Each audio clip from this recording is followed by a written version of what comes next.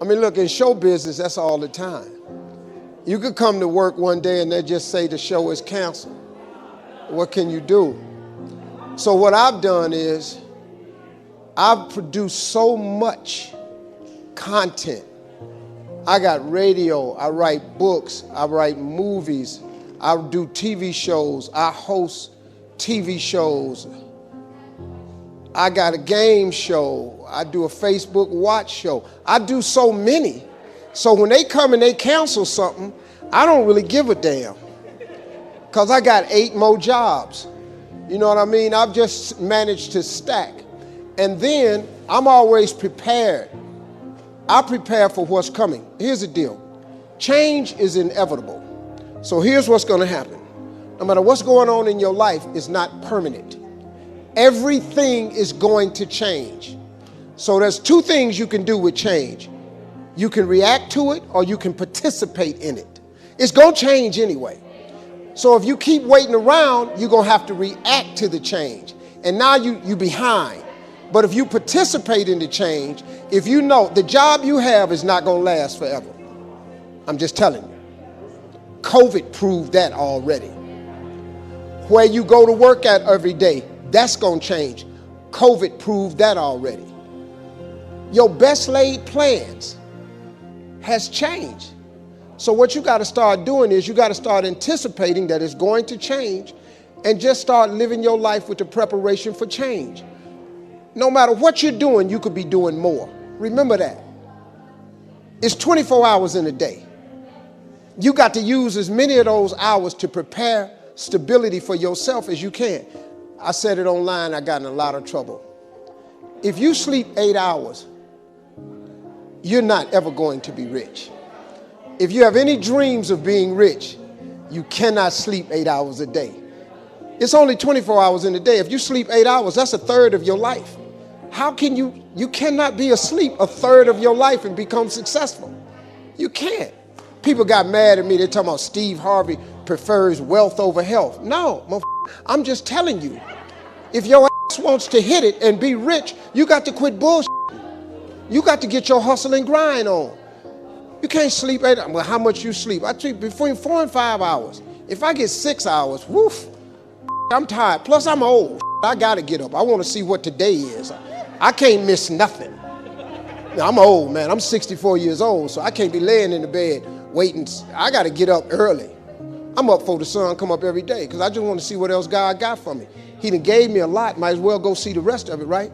You can't see it sleep. So I've always prepared myself for what this business is. And for the first time, I've actually thought about retiring. This is the first time I've ever thought about retiring. So now I want to come home. I'm coming to Africa.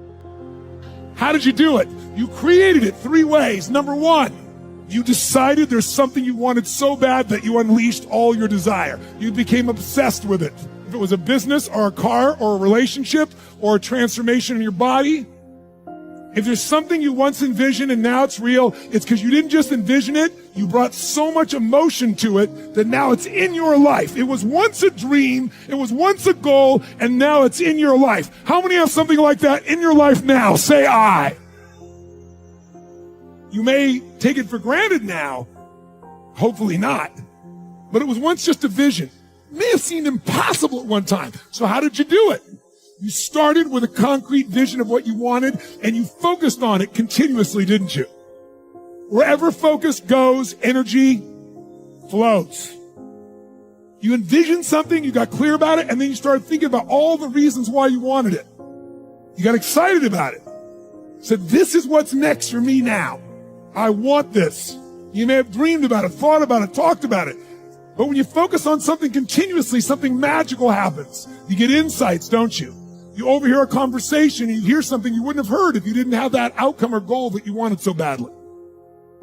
Who's ever come up with something, obsessed about it, didn't even know how to do it, and it just happened and it came together? Who's had that experience? Say I.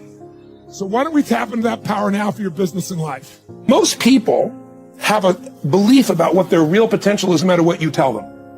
And that affects how much action they take. And of course that affects the result. And then ironically, that result reinforces their belief.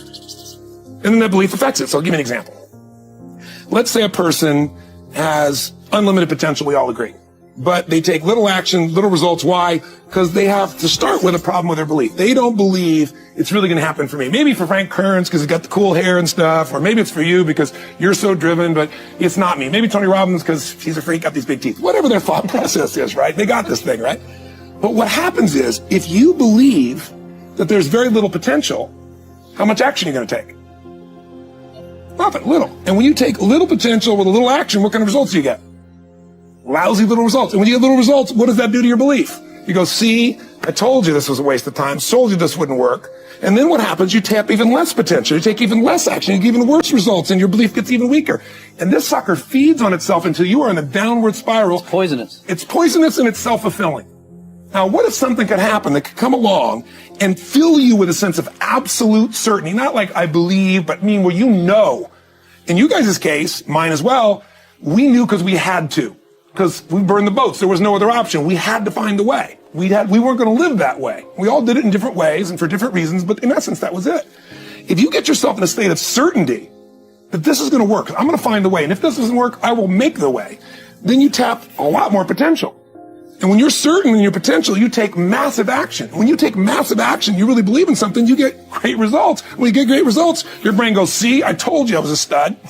I told you this thing would work out. Now you're even stronger. You tap more potential, take greater action, greater results. That's how you went from $300 in a week to $2,500 in 5 days to $100,000 in a month to $1 million in a day. Same thing with you. And we get momentum. That's why the rich get richer and the poor get poorer. Now some people go out and they go, well, I'm going to take a bunch of action. All right, I'm going to open this product. I'm going to try it. And they'll say to you, I even did it. But it's like a salesman who goes and knocks on the door, and he knocks on 100 doors and says, you don't want one of these, do you? yeah, exactly right. You know? And even if he doesn't say it verbally, his face says it because he doesn't believe it's going to work. So his voice, his body, the execution is so weak. Maybe if he talks to 100 people, somebody's going to buy out of pity. They don't want his kids to starve, right? But he's not going to get the result. So the core difference in people is, how do you produce certainty when the world isn't giving it to you? You go out and you try. In your case, you're 100,000 in debt and nothing's working. How do you keep yourself going? The way you did it, the way I did it, the way you're doing it, we may not have done it consciously, is we didn't change our potential. That was there. And it wasn't even taking more action. Taking more action with a belief it's not going to work, it's not going to change anything. We got results in our head that made us feel certain as if it had already happened. When you're working on changing your life, changing some bad habit, getting out of addictive situations or relationships, or working to build a dream or making a difference in our society, or learning something that's very challenging, here's what I realized, ladies and gentlemen, and develop a great deal of respect for. It's hard. Easy is not an option.